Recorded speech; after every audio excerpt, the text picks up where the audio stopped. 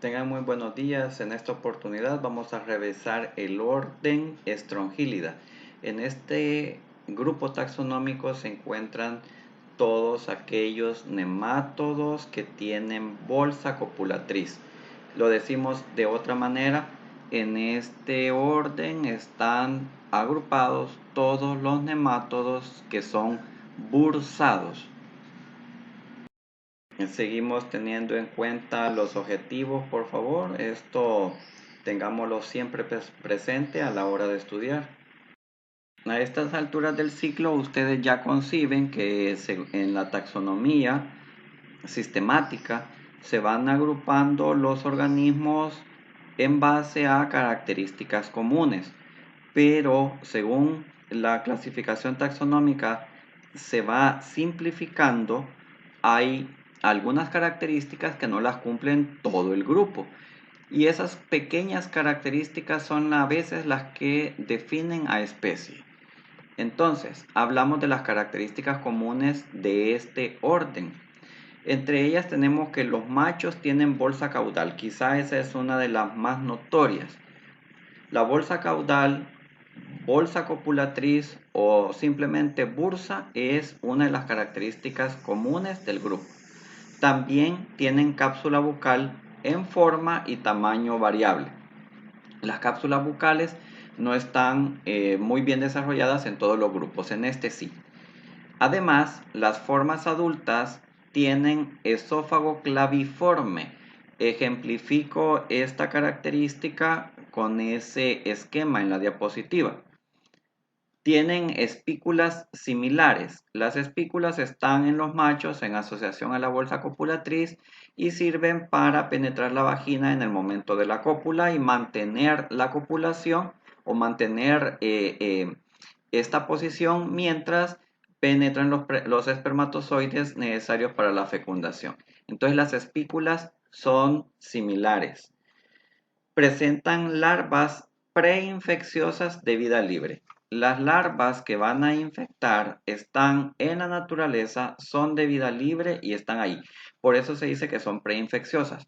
Son las que van a infectar, están en el ambiente. Otra característica adicional es que pueden presentar el sistema excretor formando una H. Esta característica no es tan visible como una característica macroscópica. Debido a eso, la tenemos en mente, pero no la tomamos tan importante. Además, realizan el ciclo de los y las cápsulas bucales, olvidaba esto, pueden tener estructuras accesorias o pueden carecer de ellas.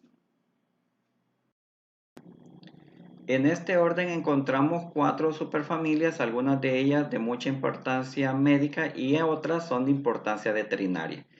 La superfamilia Ancylostomatoidea se caracteriza por poseer una cápsula bucal subglobular bien desarrollada, dotada de láminas o placas cortantes. No tienen labios y la abertura bucal tiene dientes o placas según sea la especie. La bolsa de los machos, la bolsa es simétrica, tiene 7 pares de radiaciones. Esto es común a todos los nematodos bursados, pero hay diferencias morfológicas en cómo se presenta esta bolsa. Los radios, las radiaciones o rayos dorsal o rayos, perdón, se denominan dorsales, que son 2, laterales, que son 3, y 2 ventrales.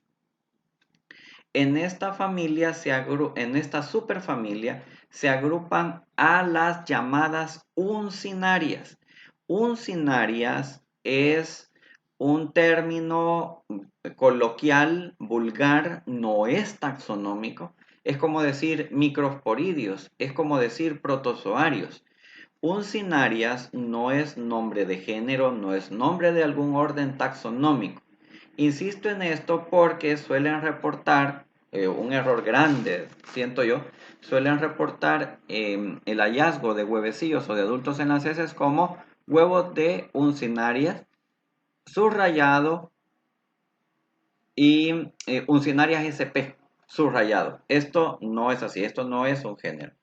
Encontramos dos familias, la Ancylostomide, que agrupa a las especies del género Ancylostoma, y la familia Bunostomide, que agrupa a Necator, al género Necator, y dentro de este a la única especie de este género que infecta al humano. Otra familia que encontramos aquí es la otra superfamilia que encontramos acá es la superfamilia Strongyloidea. Esta se caracteriza por tener labios muy pequeños, y en esta encontramos a Ternidens, Esophagostomum, que son géneros de nemátodos bursados que infectan a monos y a otros animales silvestres. No tendrían tanta importancia médica si no hubiera sido porque se han reportado casos humanos raros, pero se han reportado casos humanos de infección con estos señores. Las cuatro superfamilias se completan con estas otras dos que les presento en esta diapositiva. La superfamilia Trichostrongyloidea es frecuente en animales de ganado, en animales herbívoros, tanto silvestres como de granja. Tienen los adultos una cápsula pequeña y una bolsa muy prominente. No poseen hospederos intermediarios, de tal manera que los ciclos de transmisión son directos. Aquí encontramos a Trichostronchylus y Nipostrongylus. Les presento ese huevecillo ahí porque fíjense que cuando nosotros encontramos huevecillos que parecen a los huevecillos de Uncinarias, en el humano los reportamos como huevos de Uncinarias, pero en los animales tenemos que tener presente que solo los miembros de la superfamilia Ancylostomatoidea son las verdaderas Uncinarias. Dependiendo del hospedero del cual proviene la muestra de heces, tendríamos que reportar huevo de nemátodo bursado, que sería más acorde que sería más acorde a lo que vamos a encontrar en animales diferentes a perros, que son los que tienen las uncinarias de animales que encontramos más frecuentemente en humanos. Entonces, cuando en ovejas o roedores o cabras encontramos huevos similares a los que conocemos como de uncinarias, no son uncinarias. Estos pueden ser huevos de Trichostronchylus o Nipostrongylus. Estos no son uncinarias. ¿Son nemátodos bursados? Sí, porque pertenecen al orden Strongylida y a la superfamilia Trichostrongyloidea. Tendríamos que tener un ojo más acucioso y hacer medidas para poder decir de quién se trata, de qué especie se trata dentro de las que encontramos en estos géneros. El diagnóstico es un poco complicado, con un poco más de experiencia se puede concluir género y especie, pero por de pronto les hago esta aclaración para que nos quedemos con ese detalle. Por último, la superfamilia Metastrongyloidea. Bueno, quizás de lo anterior decir que lo común es no tener infección humana con estos agentes. Los tricostrongylus o tricostrongilidios son comunes en animales y tienen importancia veterinaria, pero no necesariamente importancia médica. Ahora sí, la última superfamilia es la Metastrongyloidea, y en ella encontramos a agentes importantes, agentes causales de enfermedad importante en el humano, como es el género Angiostrongylus. En la familia se agrupan todos aquellos helmintos que tienen una bolsa copulatriz, pero también la bolsa muy reducida y la cápsula bucal también muy reducida, al punto que casi no notamos estructuras, más bien vemos una cápsula bucal que se continúa con un esófago muy alargado, y a este nivel no encontramos mayores detalles, ya lo vamos a ver más adelante. Los miembros de esta superfamilia son heteroxenos, y esto ya saben ustedes lo que significa. En el ciclo natural participan las ratas como hospederos definitivos, y moluscos como hospederos intermediarios. Especies importantes son Archaeostrongylus costarricensis y Archaeostrongylus cantonensis. Los vamos a ver un poquito más en detalle. Los miembros de la superfamilia Ancylostomatoidea producen la llamada uncinariasis en general. O sea, las uncinarias producen uncinariasis. Pero Ancylostoma, y dentro del género Ancylostoma duodenale, produce la anquilostomiasis, anquilostomiasis o anemia tropical. Y su importancia está relacionada con la anemia que causa la repercusión en la economía y en el rendimiento laboral de los pacientes infectados. Hablando un poco de historia, sabemos que se conoce desde la época de los faraones y fue Avicena, ya lo habíamos mencionado antes, a este médico árabe, quien los describió por primera vez en el intestino de pacientes. Fue también descrito por Hipócrates en Egipto, pero no fue sino hasta 1843 que Duvini los encontró y los clasificó en el género Ancylostoma, que quiere decir boca con gancho. Ancilo es gancho y estoma boca, boca con ganchos. Esto nos ayuda, si nosotros recordamos el nombre y su desinencia, entonces vamos a recordar automáticamente la principal característica en la cápsula bucal de estos señores. Ya la vamos a ver más adelante. Describió el ciclo al sufrir una infección accidental, pero fue Grassi en 1889 quien describió los huevos en heces y propuso este estadio como el de diagnóstico, y también el examen general de heces o el examen coproparasitoscópico como el método de escoge para el diagnóstico. Ancylostoma duodenale puede infectar por la vía oral a través de la larva filariforme y entrar o ir directamente al intestino delgado para formar a los adultos. O sea, Ancylostoma duodenale cumple el ciclo de los cuando penetra por la piel. Pero si la larva filariforme entra por vía oral, esta puede entrar directamente al intestino y formar los adultos. Puede saltarse el ciclo de los bajo estas circunstancias. Pero, como repito, cuando entra por vía cutánea, cumple el ciclo de los. El agente predomina en Asia y en el Pacífico Sur y algunos lugares de América. Hay otras especies que infectan animales y de las que se han reportado, pues, infección humana en forma de o produciendo el cuadro que se conoce como larva migrans cutánea. Ancylostoma duodenale es la especie que infecta al humano, que tiene al humano como hospedero definitivo, produciendo la anquilostomiasis. En el género hay otras especies de ancylostomos, pero estas tienen hospederos definitivos en animales. Cuando el humano se infecta con estas especies de animales, no padece la anquilostomiasis, sino el síndrome de larva migrans cutánea. Se dice que Ancylostoma es la especie de uncinaria que habita en el Viejo Mundo, pero se ha encontrado también acá en América, en las costas de Perú y de Chile. El género Necator es originario de África, pero desde hace más de 5.000 años se cree que vino a América y se quedó acá. Y se quedó en esta zona más que en otras. De tal manera que ahí proviene el nombre de Necator americanus. El ciclo de los, ustedes ya lo conocen.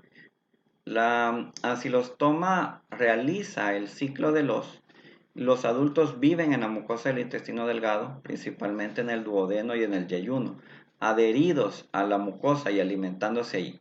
Tienen una vida promedio de alrededor de 5 años. El gusano se alimenta principalmente de las membranas mucosas, de linfa, de glóbulos rojos y de plasma. Se dice que el parásito produce una pérdida diaria de 0.04 mililitros de sangre en el caso de Necator y 0.2 mililitros en el caso de Ancylostoma duodenale.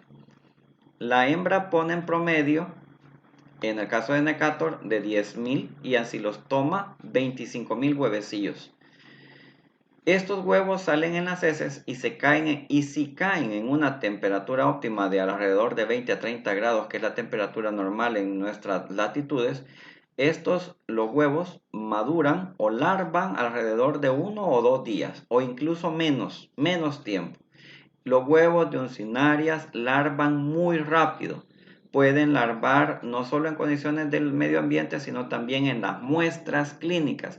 Si nosotros dejamos una muestra de heces en el frasco de un día para otro, es probable que encontremos larvas que se han originado en los huevecillos de uncinaria.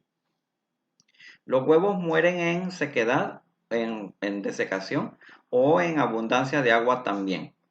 También la luz solar les es dañina. Si la temperatura es baja de 7 a 13 grados centígrados, larvan entre 7 a 10 días. Las larvas L1 salen de los huevos, se mueven activamente y se alimentan de bacterias y residuos orgánicos. A las 48 horas mudan y forman larvas L2. He dicho anteriormente que las larvas L1 se transforman en L2 dentro de los huevos, pero en el caso de las uncinarias no hay contradicción. En el caso de las uncinarias, las larvas L1 son las que salen de los huevecillos y sufren la primera muda en el medio ambiente. Las larvas L2 no son infectantes y su función es la de mudar una segunda vez para convertirse en larvas filariformes entre el quinto y el octavo día. Estas larvas, las filariformes, no se alimentan ya que han perdido la cápsula bucal. Son muy móviles y son infectantes porque en lugar de cápsula bucal tienen una pequeña estructura como un cuchillito, como un bisturí, que se llama estilete y sirve para romper tejidos y poder penetrar. Al entrar en contacto con la piel, las larvas se adentran en los folículos pilosos o debajo de la dermis en descamación, penetran los tejidos, entran a las vénulas y son transportadas al corazón derecho, de aquí a los pulmones, donde se abren camino hacia los alvéolos. No pueden desarrollarse y migran hacia el árbol respiratorio en sentido ascendente hasta el epiglotis. Son deglutidos y luego llegan al intestino delgado. Aquí sufren una muda y desarrollan, sería la tercera para salir una larva L4, y esta cápsula bucal que ya está desarrollada les permite fijarse a la mucosa, aumentan de tamaño porque se van alimentando y es a través de esta manera que crecen adultos. Los adultos se diferencian en hembra y macho. Algo que no he dicho es que nosotros en los nemátodos, cuando hablamos de ellos, decimos, no, es una redundancia decir hembra adulta o macho adulto, ya que solo el estadio adulto presenta diferenciados los sexos. Las larvas nunca manifiestan el sexo, no se ha desarrollado el aparato reproductor. En los adultos sí. Por eso simplemente decimos hembra o simplemente decimos macho. Los huevecillos pueden en promedio ser, como dije, producidos en un número de alrededor de 25.000 huevos diarios. Estos huevecillos son emitidos en diferentes fases de maduración. Los lóbulos, esos grupitos, esas chibolitas, por decirlo de alguna manera, no es lenguaje técnico, pero ya voy a decir cómo se llaman. Esas chibolitas que nosotros vemos dentro del huevo de uncinaria son acúmulos celulares. Y mientras más de estos acúmulos celulares, que se llaman blastómeros, encontremos, más avanzado está el grado de maduración de la larva. En este esquema vemos el primer huevecillo solo con 2 lóbulos. Este es un estadio muy temprano de maduración. Y si se fijan, ese número va aumentando hasta que encontramos la larva completamente desarrollada. Cuando tenemos un huevo inmaduro, o lo identificamos un huevo como inmaduro cuando tiene blastómeros. Y cuando tiene la larva decimos que es un huevo maduro o un huevo larvado. El periodo prepatente, desde el momento en que esto sucede, este es el periodo comprendido entre el momento en que nos infectamos con el huevecillo hasta que, perdón, repito. El periodo prepatente es el periodo comprendido desde el momento en que nos infectamos con la larva filariforme hasta que emitimos huevecillos en las heces. Entonces, el periodo prepatente en el caso de Necator americanus es de aproximadamente 5 semanas y en el caso de Ancylostoma duodenale puede ser meses, porque Ancylostoma duodenale también puede quedarse debajo de la piel, puede quedarse en tejidos e iniciar el ciclo del os en el momento que a él se le ocurra. Necator americanus no, infecta y hace el ciclo del os inmediatamente. Los huevecillos liberan larvas que se desarrollan a larvas rhabditoides. Estas larvas rhabditoides no son infectantes para el humano. Pueden caer a la tierra y aquí desarrollarse en larvas filariformes. Las larvas filariformes manifiestan un tigmotropismo positivo, un termotropismo positivo y un geotropismo negativo. ¿Qué significa? Que ellas tratan de evitar la tierra, el contacto con la tierra. Así que aprovechan pequeñas hierbas en la tierra para subirse a ellas, formando haces y se disponen hacia, es como son, como las comparo con estos animales africanos, ay, ¿cómo se llaman? Los que parecen marmotas, bueno, ya me voy a acordar, se paran en sus patas traseras y casi que reciben más temperatura, tienen más cerca una temperatura más agradable. Así que a estas larvas agrupadas así sobre la hierba, como que quisieran recibir un poco más de rayos de sol y esto las impulsa hacia esa fuente de calor. Por eso no se arrastran sobre las hojas, sino más bien están en posición vertical sobre las hojas. Esto es un termotropismo positivo. Y también se disponen a adherirse a un organismo que tiene también mayor temperatura, esto también es manifestación del termotropismo positivo, y al movimiento. De tal manera que cuando pase alguien o algo moviéndose ahí, que puede ser un perro, que puede ser un humano, que se acostó en la grama, entonces van a hacer por acercarse a ese individuo. Ancylostoma duodenale es la uncinaria del viejo mundo. Son gusanos corpulentos, gruesos, más largos que en el caso de Necator americanus. Son fusiformes y presentan una curvatura cervical que hace el extremo cervical, que hace que el extremo cervical esté dirigido hacia el dorso, formando una curva amplia en forma de C.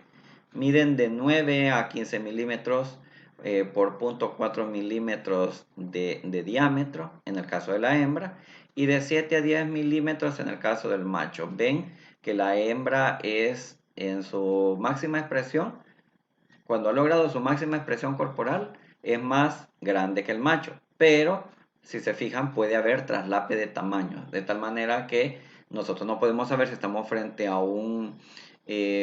una hembra joven o ante un macho completamente desarrollado, de tal manera que ambos pueden tener la misma medida. El dato sirve solamente si comparamos adultos plenamente desarrollados. Son de color blanco o rosadito, es fácil diferenciar el sexo, pues los machos tienen bolsa copulatriz. Aquí no hay para dónde. No, la bolsa copulatriz es, ya lo vamos a ver más en detalle, pero es un ensanchamiento radial de la cutícula con prolongaciones por dentro, con forma de dedos que le sirven primero, para darle forma a la bolsa, para sostenerla, volverla funcionable. ¿Y cuál es su función?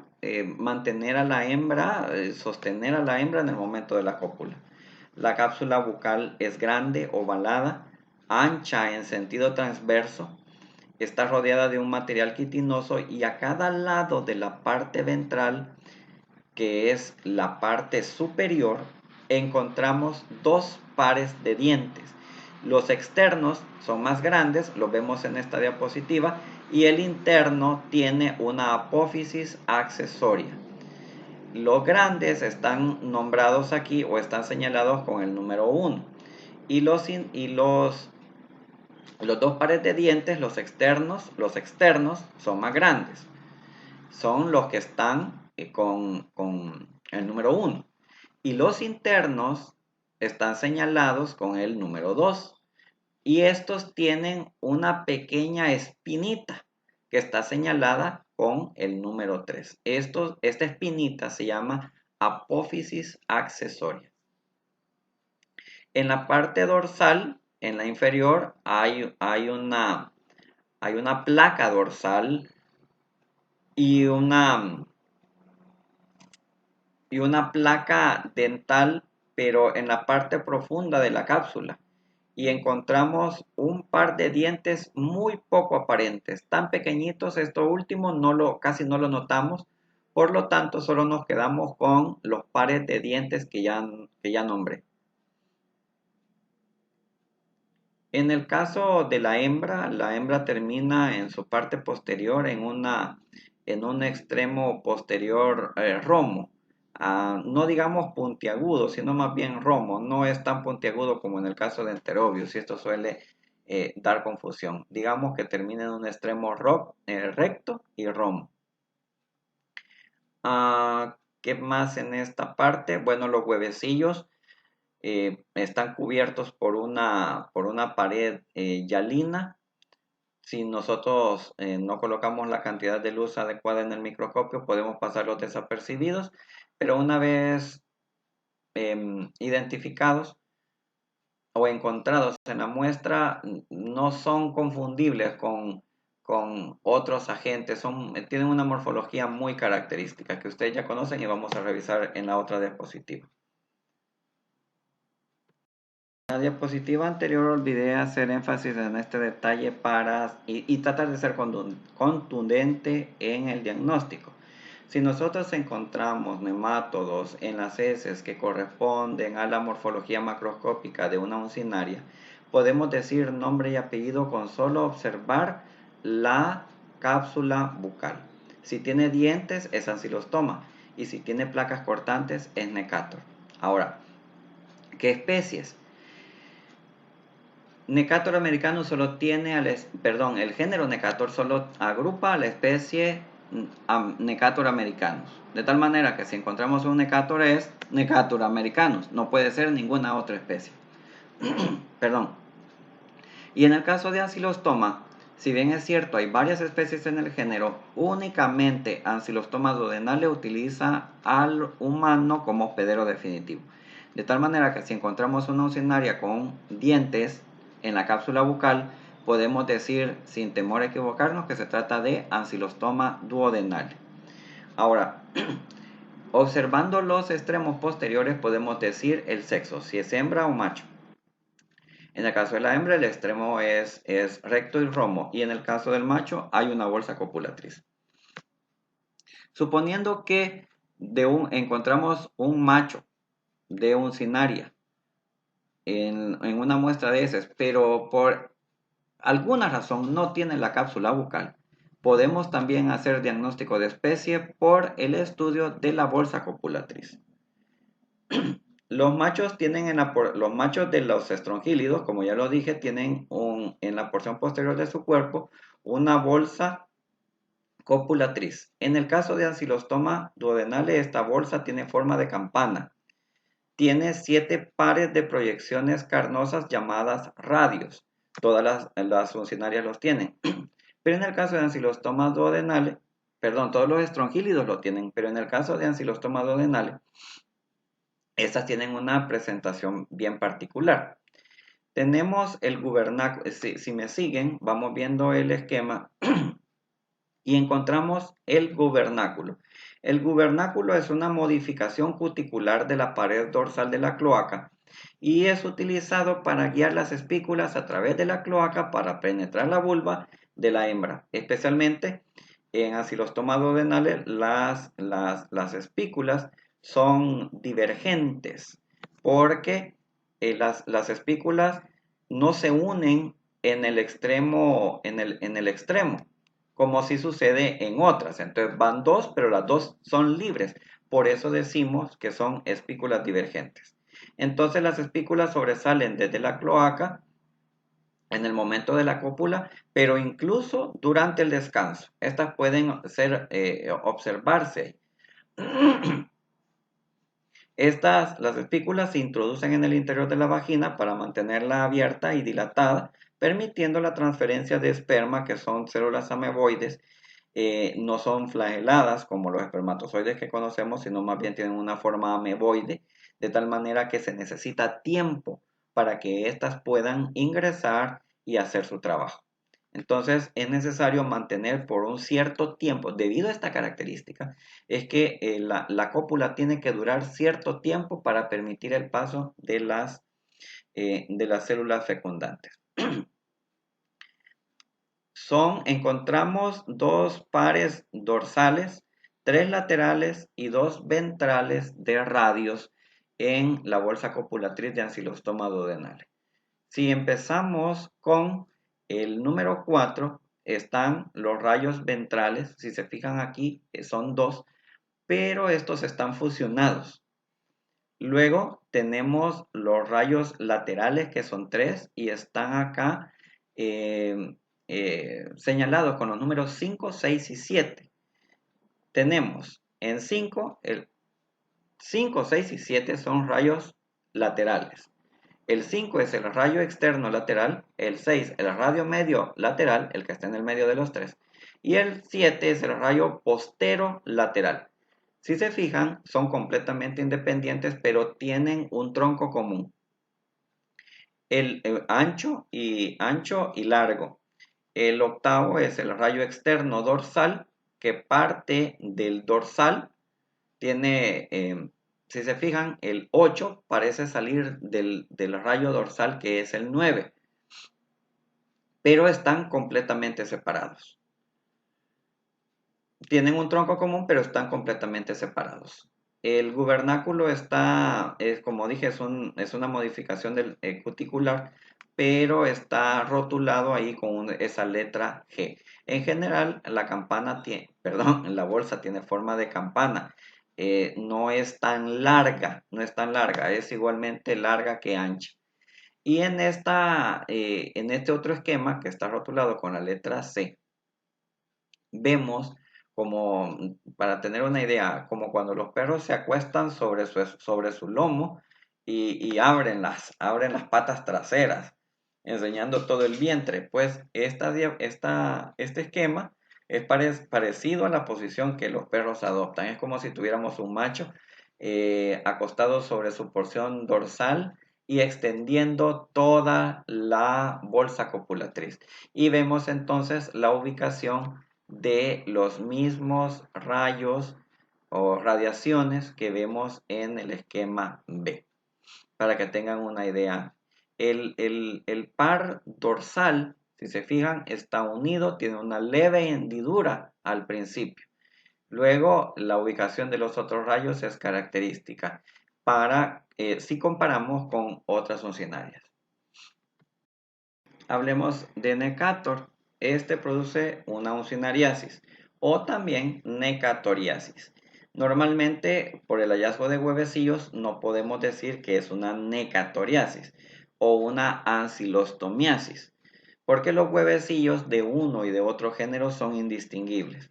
Por lo tanto, si nosotros llegáramos a identificar con base en la morfología de los adultos, sí podríamos decir, este señor o este paciente tiene ancilostomiasis o tiene necatoriasis. De lo contrario, decimos que tienen uncinariasis, un término genérico que abarca a las dos entidades. Predomina en América, aunque también existe en África, pero como decía hace un rato, se cree que fue importada a América hace un montón, pero predomina acá. Y se le encontró acá primero, se le descubrió acá primero, por eso tiene el nombre de Necator americanos. Son fusiformes, amarillentos, pueden tener tonos de gris a un poco rojizo o rosado. Es más delgado y de menor tamaño en comparación con Ancylostoma duodenale. La hembra mide de 9 a 11 milímetros y el macho de 5 a 9 milímetros. Están fuertemente flexionados hacia atrás en el extremo anterior. Por eso se forma una curvatura cervical más pronunciada, y para diferenciarla de la curvatura en el caso de ancilostoma decimos que es una curvatura cervical en S. El cuerpo es recto y con una ligera curva en sentido inverso a la parte anterior, con tendencia a una S más alargada. Pero este detalle tendríamos que tener mucha curiosidad para ver este detalle. La cápsula bucal es pequeña y está provista de un par dorsal y otro ventral de placas o láminas cortantes. Vean, comparen esto que les estoy presentando en la diapositiva. Son placas a diferencia de los ganchos que vemos en el otro, los ganchos o dientes que vemos en el otro.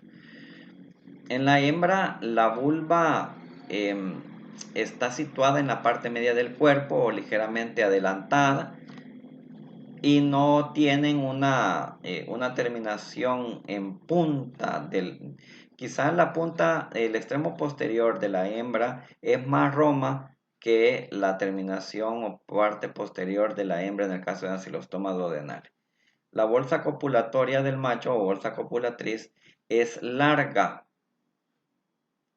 y es diagnóstica de especie dependiendo de la morfología que presenten los radios. Ya la vamos a describir. Las espículas son largas, pero se unen al final y forman un espolón fino. Por eso decimos que las espículas son convergentes. Y con esta diapositiva establecemos una comparación entre las bolsas copulatrices de los machos de ancilostoma duodenale y de Necator americanus, y vemos que son bien diferentes. En este caso la bolsa es más larga que ancha, pero la diferencia principal es que el radio dorsal, o sea, el 9, está separado basalmente en dos ramas y cada rama es bidigitada. Tiene 7 pares de radios. El dorsal es parecido pero el dorsal es parecido al de ancilostoma, pero el externo dorsal es bien delgado y largo. Si se fijan, este que está rotulado con el número 8 es bien delgado y largo. Además, el radio lateral y el radio externo lateral y medio lateral están unidos en contacto uno con otro. Si se fijan, les decía que el 5, 6 y 7 son los radios laterales en el caso de ancilostoma. Los tres estaban completamente separados, pero aquí el medio y el externo lateral, 6 y 7, están fusionados. Las espículas, si las observamos, tienen un pequeño espolón, tienen un pequeño arpón en el extremo, de tal manera que al final se juntan a través de ese espolón, y por eso decimos que las espículas son convergentes. En la hembra la vulva se abre en el centro del cuerpo y no existe pues ese extremo en punta que se podría observar en la parte posterior. Si tuviéramos un corte histológico, observaríamos una cutícula gruesa con hipodermis delgada, cordones laterales grandes, prominentes, con 3 a 4 células por cuadrante, o sea, una musculatura meromiaria, y células platimiarias. El esófago es trirradiado, es como si tuviera 3 pliegues.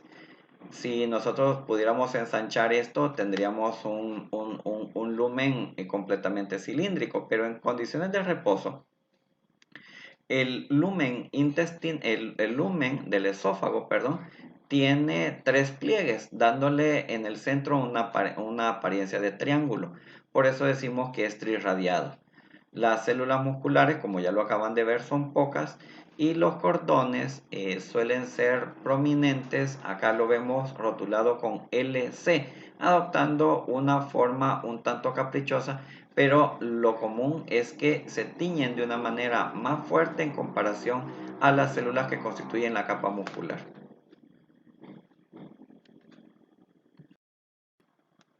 Los huevecillos en ese son el estadio diagnóstico por excelencia.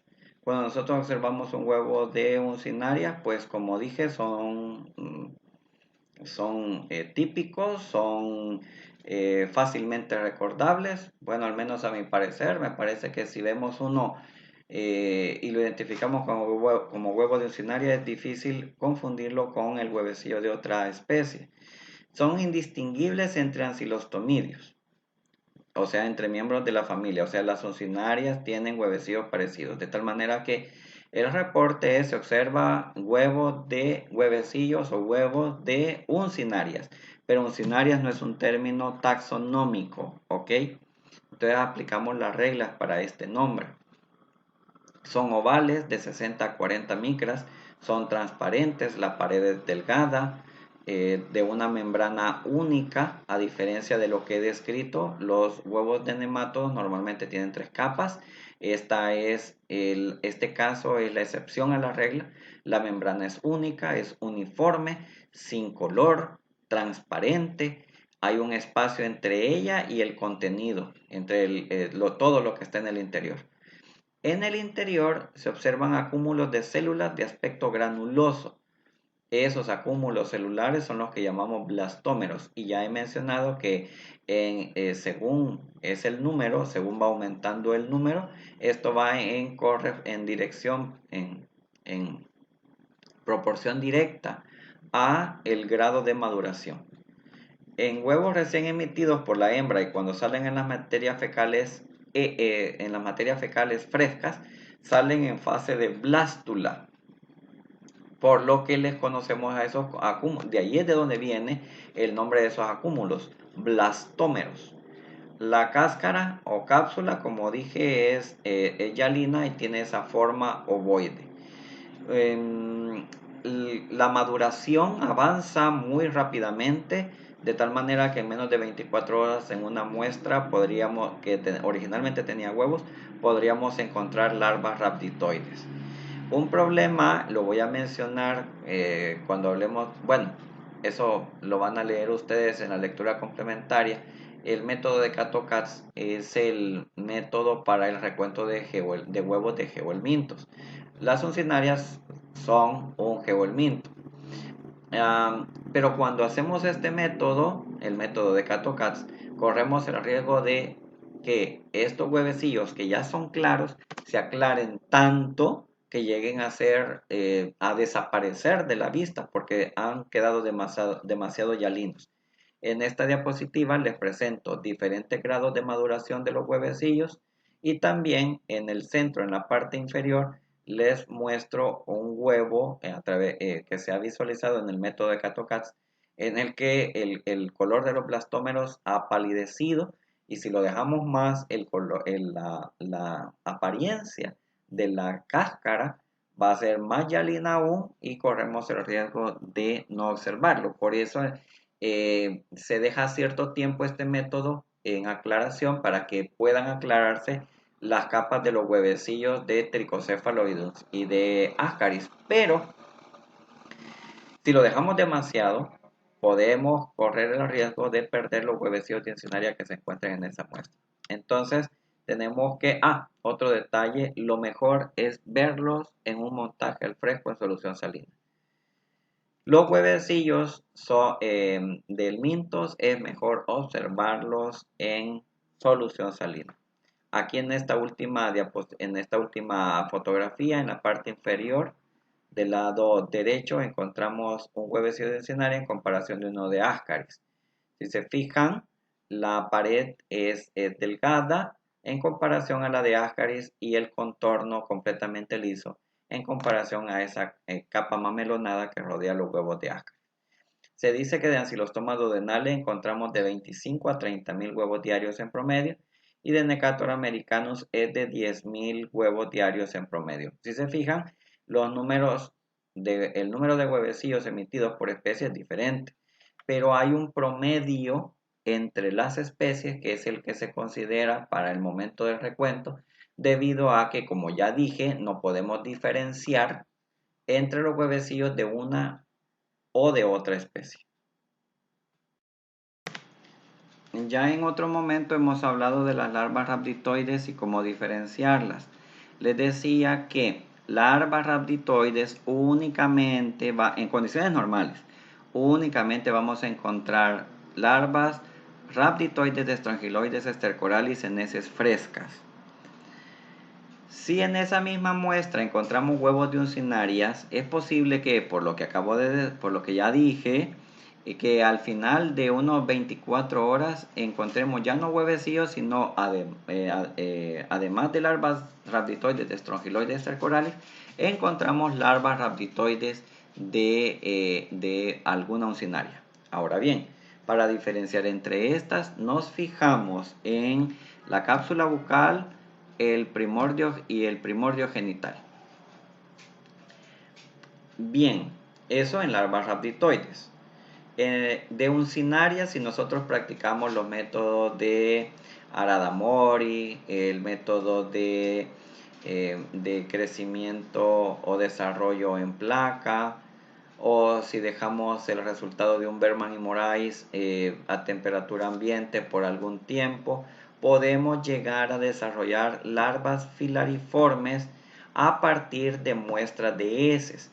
Pero también, por lo que comenté en el ciclo vital, de las uncinarias se encuentran en el suelo las larvas filariformes. Si agarramos una muestra de tierra, podríamos encontrar larvas filariformes.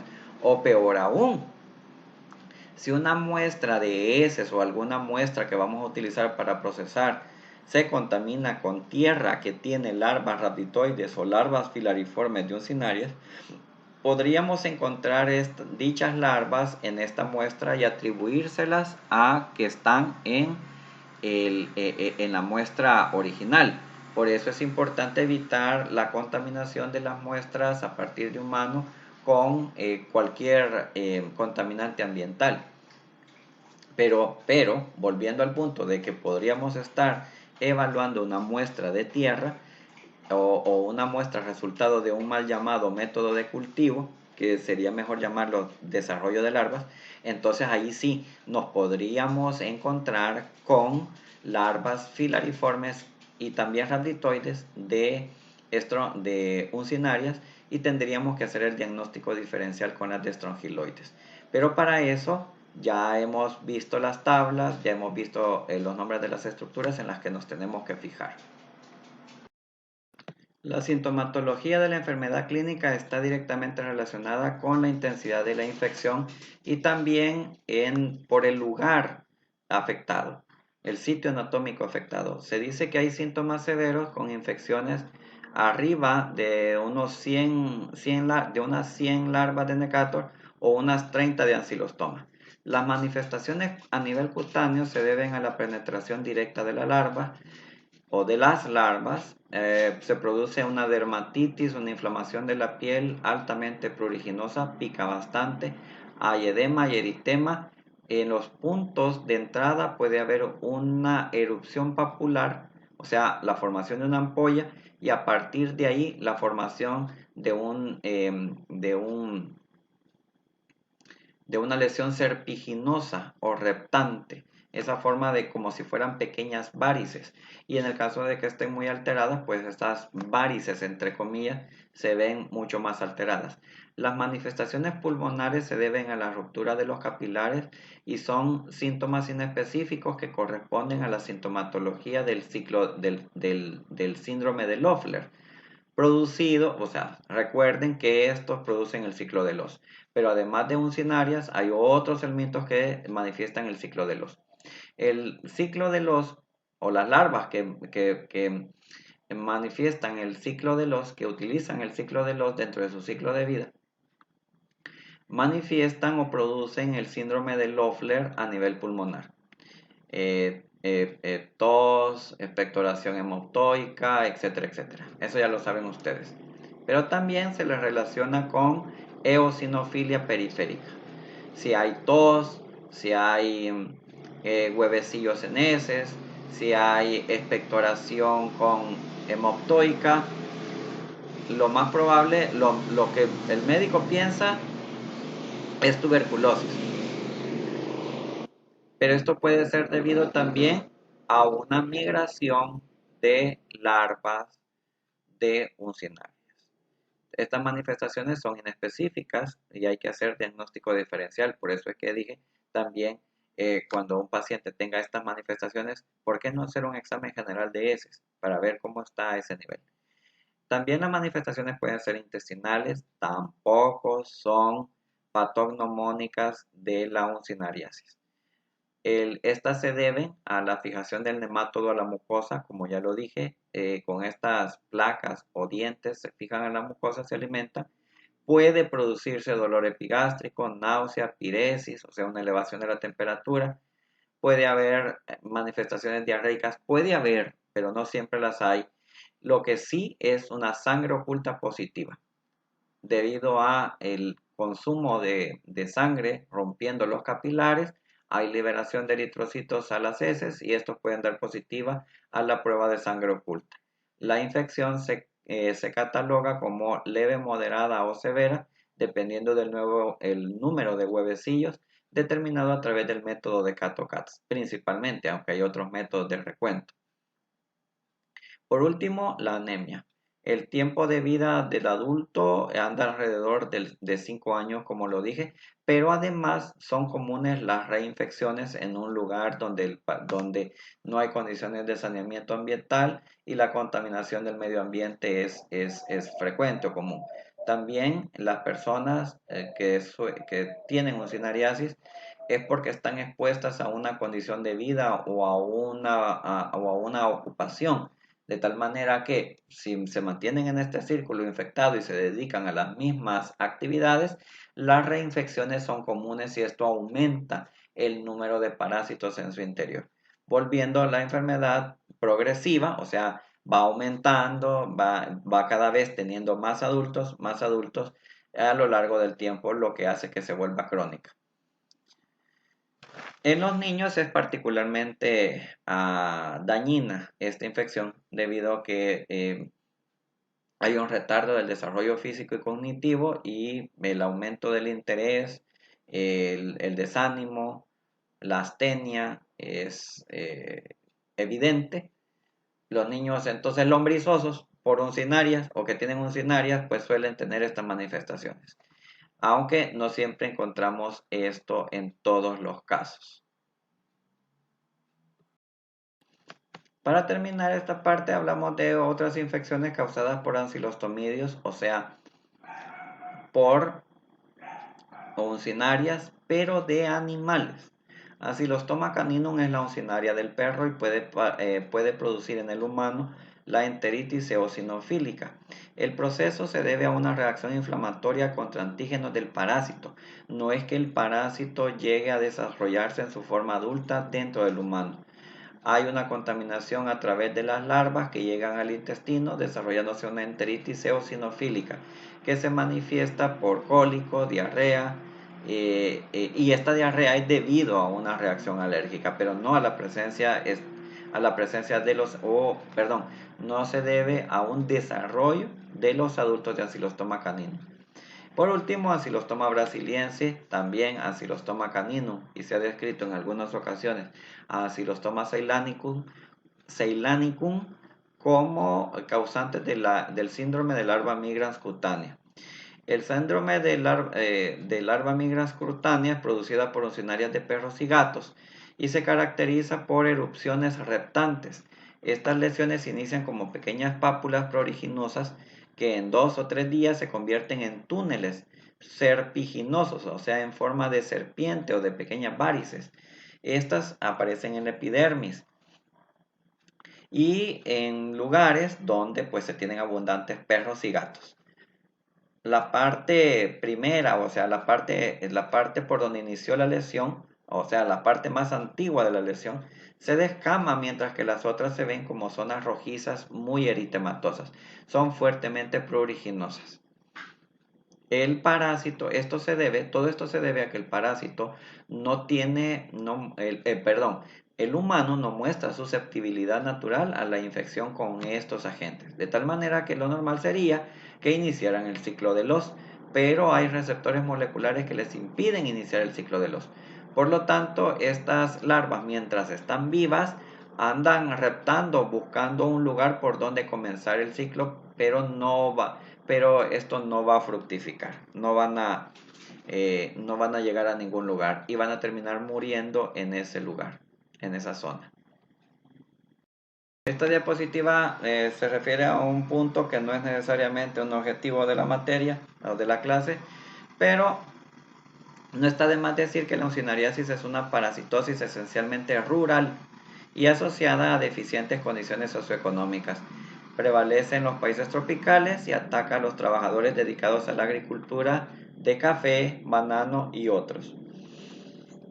Hay factores que inciden en que se mantenga la prevalencia de tales infecciones. La primera, pues lo acabo de mencionar, son personales, ya que el trabajo agrícola implica tener contacto con la tierra en donde se encuentran las larvas que se originaron de los huevecillos que fueron depositados en las heces por personas que defecaron al aire libre. ¿Y por qué defecan al aire libre? Porque hay falta de infraestructura necesaria para no hacerlo al aire libre. El estado socioeconómico y cultural deficiente favorece que la tierra se contamine con materias fecales. Y pues se transmitan estas enfermedades.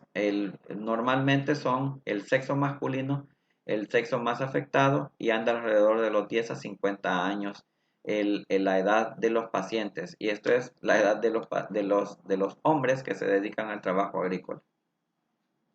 Los suelos que favorecen la formación y mantenimiento de las larvas de uncinarias en el suelo son pues suelos, valga la redundancia, cubiertos con hojas y restos vegetales, sombreados, húmedos, con temperaturas alrededor de los 15 a 30 grados. Y esto lo encontramos en las zonas más altas, del país. En esta diapositiva le presento un mapa donde se muestran las 5 zonas geoepidemiológicas del país, mostradas con diferentes colores. La zona ocre corresponde a las mayores altitudes del país y que corresponden a la zona volcánica. Entonces, en una encuesta nacional de geohelmintiasis realizada por la UPS en el año 2012, que es la última encuesta realizada en el país, se obtuvieron estos valores que corresponden a la prevalencia total de geohelmintos y a la prevalencia desglosada de ascaris, tricocéfalos y uncinarias. Entonces, la secuencia de valores que encuentran en cada una de las zonas geoepidemiológicas corresponden a esos valores que se encuentran en el acápite. Entonces, las uncinarias es el último valor. Y si nos fijamos en la zona costera y planicie costera, andan alrededor del 1.2, 2.1, va subiendo de altitud. Y en la zona volcánica, que es esa zona roja, ocre, encontramos un valor un valor de prevalencia de uncinariasis de 2.4, el mayor en todo el país. Esto confirma lo que acabo de decir. Suelos altos, con humedad, abundante vegetación, abundantes detritos en el suelo, temperatura templada, favorece la maduración de los huevecillos y por lo tanto los que se dedican a cultivos como café, que es el prevalente en esta zona, están más expuestos a padecer la infección. En el diagnóstico de laboratorio, entonces haciendo un resumen de las cosas que he venido diciendo,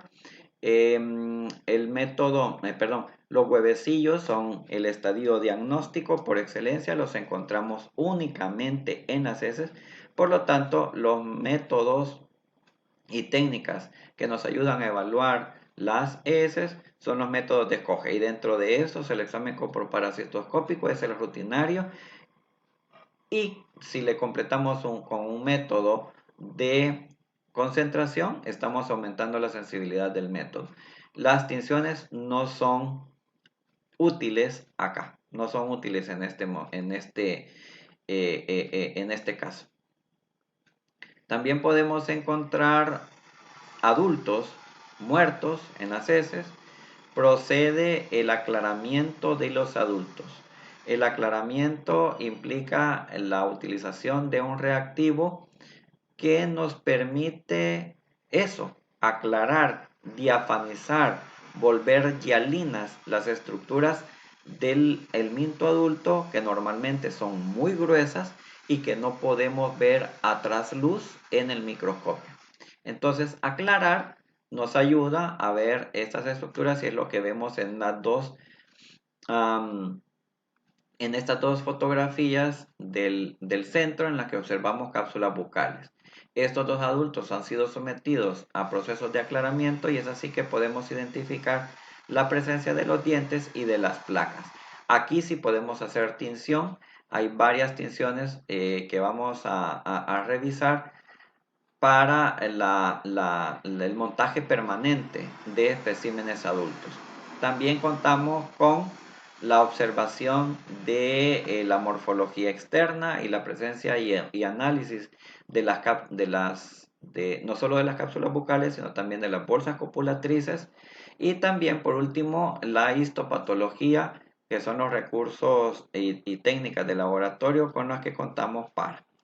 No es necesario hacer pruebas de biología molecular para la identificación o cosas más sofisticadas para la identificación de estos agentes. El recuento de huevos es una estimación del número de huevos por gramo de heces para catalogar la infección de cada paciente en una de tres categorías: leve, moderada o intensa. Esta determinación del recuento de huevecillos son estimaciones, o sea, no son números exactos, son estimaciones, debido a que las variaciones en la producción de huevos varían de día a día, y aunque hay promedios, estos solo son promedios. La variación de ovipostura entre entre un día y otro pueden ser significativamente diferentes. Y también hay variaciones en las técnicas debido a que hay diferencias de conteo cuando los realizan diferentes microscopistas e incluso cuando un mismo microscopista realiza a manera de repetición, un recuento en la misma lámina o en la misma muestra que ya revisó. De tal manera que a ustedes les parecerán rangos muy amplios de recuento, pero esta es la estimación que utiliza la Organización Mundial de la Salud para determinar los umbrales de intensidad de la infección. En el caso de las oncinarias, si se fijan, si encontramos de 1 a 1999 huevos en un recuento, categorizamos la enfermedad como leve. Si encontramos de 2000 a 3999, la categorizamos como moderada, y como intensa si es mayor a 4000. En el caso de los tricocéfalos, el recuento es menor, ya que la ovipostura promedio es menor, y es mucho mayor en el caso de Ascaris, porque también el gusano no solo es más grande, perdón, no solo es más grande, sino también ovipone un mayor número de huevecillos. Estos son métodos especiales, no son métodos de rutina y tampoco son métodos de cultivo. La palabra correcta debería ser métodos de separación de larvas o métodos para el desarrollo de larvas, ya que cultivo implica la reproducción. Y en estos métodos no estamos reproduciendo larvas, no las estamos multiplicando, solo estamos permitiendo que desarrollen a una fase, o las estamos concentrando o estamos permitiendo que se desarrollen a una fase ulterior. Se han descrito por lo menos tres tipos de métodos, voy a seguirlo llamando así, métodos de cultivo. En agar nutritivo al 1.5%, en agar no nutritivo y el cultivo en papel filtro, que se terminan incubando durante 2 días entre 30 a 35 grados. Los más eficaces han sido los que utilizan agar nutritivo o no nutritivo, que permiten descubrir larvas en 2 gramos de materia fecal. Cuando los cultivos en agar se comparan con la prueba de Berman, se aumenta la eficiencia en 80%. pero bueno, de alguna manera también se incrementan los costos. El cultivo, por otra parte, es el único método en donde se pueden observar la migración de las larvas que forman un patrón característico de surcos. Veamos cada uno de ellos. Dentro de los métodos especiales que van a leer en su lectura complementaria, por eso no me voy a detener mucho en esto, están el método de Arada-Mori y la modificación hecha por Lidl. Esto implica la maduración de huevos y también la separación de larvas. Si nosotros colocamos huevecillos de uncinarias, probablemente tengamos larvas de uncinarias. Si colocamos larvas rablitoides de Strongyloides stercoralis, lo más probable es que se desarrollen larvas filariformes de Strongyloides stercoralis y así una gama de ejemplos. El dispositivo consta de un papel filtro untado de heces en contacto con una fuente de agua, un poco de agua al final del tubo. Esto tiene que estar completamente cerrado para evitar la salida de las larvas y en constante humedad para que las larvas puedan sobrevivir. Una vez preparado el dispositivo, se mantiene almacenado en oscuridad, en lugar seco y limpio, oscuro. Podemos esperar hasta alrededor de 3 semanas para observar el desarrollo de larvas. Cuando lo vayamos a revisar para evitar la contaminación directa, porque probablemente haya larvas filariformes, eso no lo sabemos, tenemos que inactivar el sedimento con formalina al 10% y concentrarlas centrifugando antes de abrir el tubo. También tenemos el cultivo, mal llamado cultivo en placa de agar, es el segundo en sensibilidad. Se utiliza agar no nutritivo o también se puede usar agar sangre. Quizá es más útil el agar sangre por el contraste de color. Alrededor de los 2 días de incubación encontramos las sendas, o sea, los caminitos hechos por las bacterias. El crecimiento que observamos es de bacterias que han sido arrastradas, han sido distribuidas en ese caminito por la actividad de las larvas que se encuentran en la muestra. También hay que inactivar toda la superficie con formalina al 10%, tomar todo ese material, centrifugarlo y revisar el sedimento al microscopio. También podemos permitir la formación o desarrollo de estadios ulteriores de las larvas. Si aplicamos las técnicas de cultivo en carbón, arena o tierra, como ejemplos de estos tenemos el carbón granulado de Loos y el método de Clemente Pereira, que lo tienen descrito en su lectura complementaria. Con la técnica de Berman, el método de Berman, lo que podemos hacer es concentrar las larvas directamente a partir de una muestra. La muestra puede ser diversa, puede ser tierra, esputo, heces, y en consecuencia es que vamos a encontrar larvas de diferente tipo. El dispositivo consta de un embudo en el que de un tamiz que está en contacto con agua atemperada en un embudo. Las larvas que se puedan encontrar en la muestra que yo coloco en el tamiz, tienen un termotropismo positivo, buscan esa agua calientita, atemperada, y cuando entran en contacto, pues estas se van hacia el fondo. El vástago del embudo la lleva hasta el tubo que está en contacto con el tubo de plástico cerrado por una pinza que está adaptado a un tubo de laboratorio, y cuando abrimos esa pinza pues cae el sedimento y en ese sedimento esperamos encontrar las larvas. Ese sedimento es el que colocamos al microscopio y probablemente estén en mucho movimiento. Hay que inactivarlas con solución de Lugol y una vez inactivadas nos fijamos en todos los rasgos morfológicos que ya hemos ido mencionando para clasificar la larva con nombre y apellido. Otros nemátodos bursados de importancia son los que están agrupados en el género Angiostronchylus. Aquí tenemos las especies Angiostronchylus costarricensis y Angiostronchylus cantonensis. Estas son muy similares en su ciclo de vida, utilizan a la rata como hospedero definitivo natural, desarrollándose los adultos en el sistema nervioso, produciendo meningitis eosinofílica. Es común esta enfermedad en el sureste asiático e islas del Pacífico, África y algunas islas del Caribe.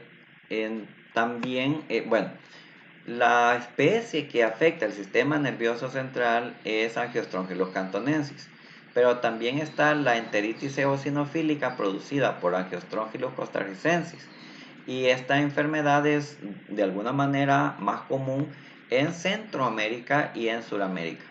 El hábitat entonces de Angiostronchylus costarricensis no es el sistema nervioso central, sino más bien las arteriolas mesentéricas de la rata. En estas arteriolas los adultos copulan, las hembras oviponen, pero en las heces se eliminan larvas de primer estadio que caen al suelo y en ellas pues van estas larvas. En el suelo se desarrollan las larvas que infectan a los moluscos, y en el caso de Angiostronchylus costarricensis es la babosa, Vaginulus plebeius. En la babosa se desarrollan las larvas de tercer estadio, que son eliminadas en la baba, en la secreción que va dejando a su paso, o también se encuentran en el aparato digestivo de la babosa. La rata se infecta al entrar en contacto con esas larvas de tercer estadio que se encuentran en la secreción, o también al comerse la babosa. Es así que el ciclo vital se completa utilizando únicamente a la rata como hospedero definitivo. Las larvas se desarrollan en el medio ambiente. Y en el medio ambiente y en el molusco, por supuesto. O sea, este es un ciclo heteroxeno. El humano participa en el lugar de la rata como un hospedador accidental, pero lo que acabo de describir en la rata es lo que sucede en el humano también. En la angiostrongiliasis abdominal, el parásito adulto vive en las arterias mesentéricas de la rata o del humano, donde ovipone y eclosionan larvas L1. En el caso de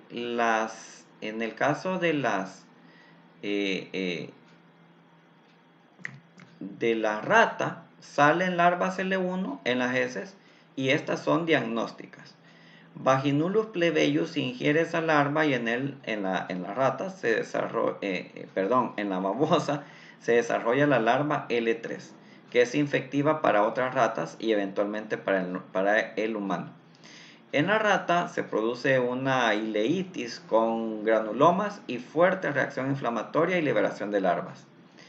En el humano el caso es diferente, porque aunque funciona como hospedero definitivo, es un hospedero definitivo accidental e ineficiente, porque las larvas no llegan a desarrollarse y a eliminarse en las heces. Se forman los adultos y hay ovipostura, hay formación de huevecillos, y alrededor de los huevecillos se forman granulomas en la pared intestinal, pero esos huevecillos no llegan a desarrollar larvas. Por lo tanto, en un caso de angiostrongiliasis abdominal, nuestra muestra va a ser histopatológica, Y vamos a tratar de identificar los huevecillos rodeados de una reacción granulomatosa y de los adultos. Pero nunca vamos a encontrar las larvas L1 que serían las que son en el caso de la rata las eliminadas en las heces y el estadio de diagnóstico.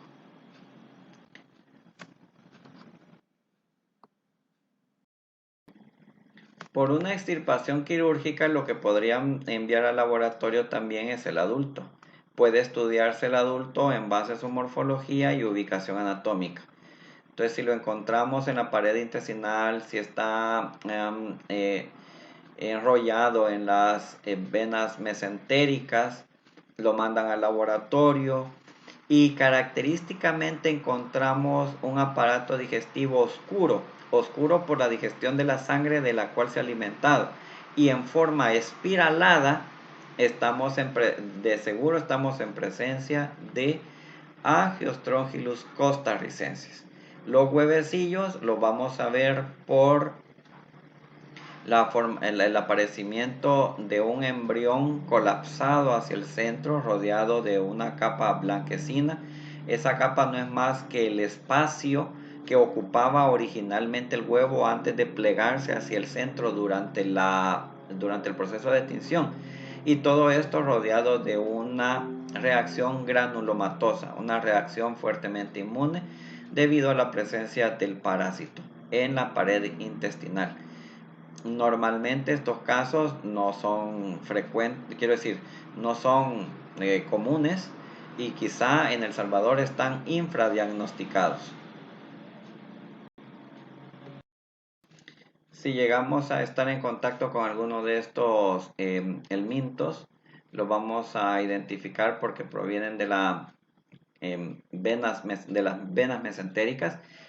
Una vez aclarados o sometidos al proceso de aclaramiento, encontramos una cavidad bucal muy simple, pequeña, corta, conectada con un esófago claviforme simple y una cutícula fuertemente estriada, como la vemos en esta imagen. Esa cutícula estriada recorre todo el cuerpo del parásito. Son muy delgados, tanto la hembra como el macho.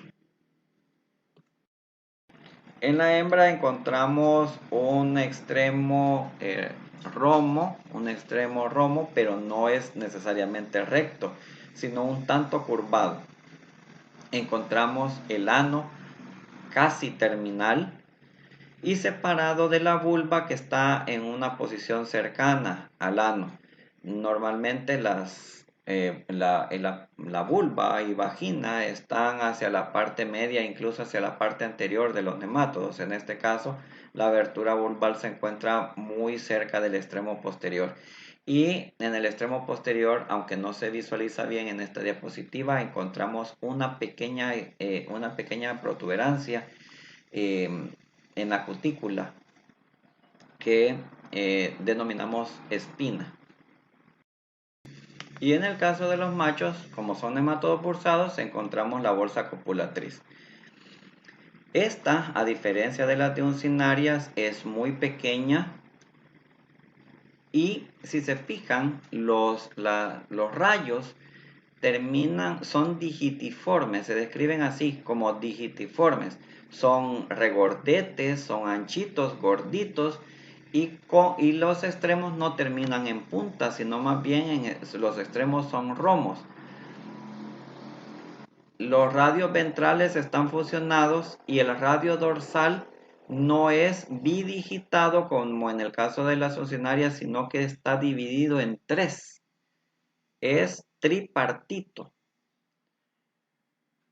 Los radios laterales están fusionados, o más bien tienen el mismo origen, comparten un tronco, pero están completamente separados, pero tienen esta forma característica. Todos los radios, todas las terminaciones de los radios tienen esa terminación, no en punta, sino redondeada, y son anchitos de tal manera que se describen como digitiformes. Las espículas son cortas, son gruesas y muy estriadas. Son también divergentes. esto es lo que pues tenía preparado para este tema. Nos vemos en el próximo.